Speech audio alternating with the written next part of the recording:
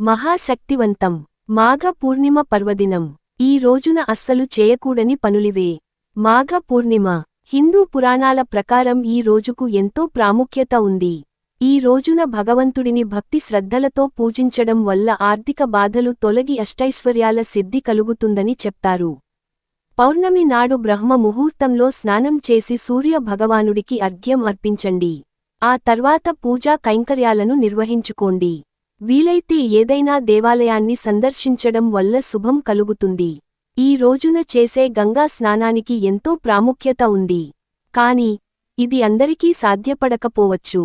కాబట్టి వీలైనవారు నదీ స్నానం చేసుకుని శివకేశవులను ఆరాధించుకోవచ్చు. ఈ రోజున అస్సలు చేయకూడని పనులివే. మాఘ పౌర్ణమి రోజున మద్య మాంసాలకు దూరంగా ఉండాలి. ఎట్టి పరిస్థితుల్లో జీవహింస చేయరాదు. ఇనుప వస్తువులు, నల్లని బట్టలు, వెండి, పాలు, ఉప్పు, సూదులు, కత్తెరలు వంటి పదునైన వస్తువులు బయటకు ఇవ్వకూడదు. ఇలా చేయడం వల్ల శని, చంద్రదోషాలు వస్తాయని చెప్తారు. వీలైతే వంటకాల్లో ఉల్లి, వెల్లుల్లిని తీసుకోకుండా ఉండాలి. మీ భోజనం మీరే వండుకోవడానికి ప్రయత్నించండి. ఇక ఇతరులను మోసగించడం, దూషించడం, శారీరకంగా, మాటలతో గాని హింసించడం వంటివి చేయకూడదు. ఇతరులను అకారణంగా నిందించకూడదు. నల్ల దుస్తులు ధరించకూడదు. రాత్రి ఎక్కువ సమయం వరకు మేలుకుని ఉండకూడదు.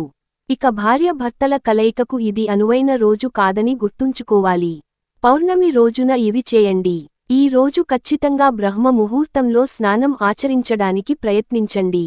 ఇది ఎంతో శ్రేష్టమైనదిగా నమ్ముతారు. అవసరంలో ఉన్నవారికి, పేదవారికి అన్న, వస్త్రదానాలు చేయడం చాలా మంచింది. విష్ణుమూర్తిని పూజించడం, పౌర్ణమి వెన్నెల్లో విష్ణు సహస్రనామం జపించడం ఎంతో మేలు చేస్తుంది.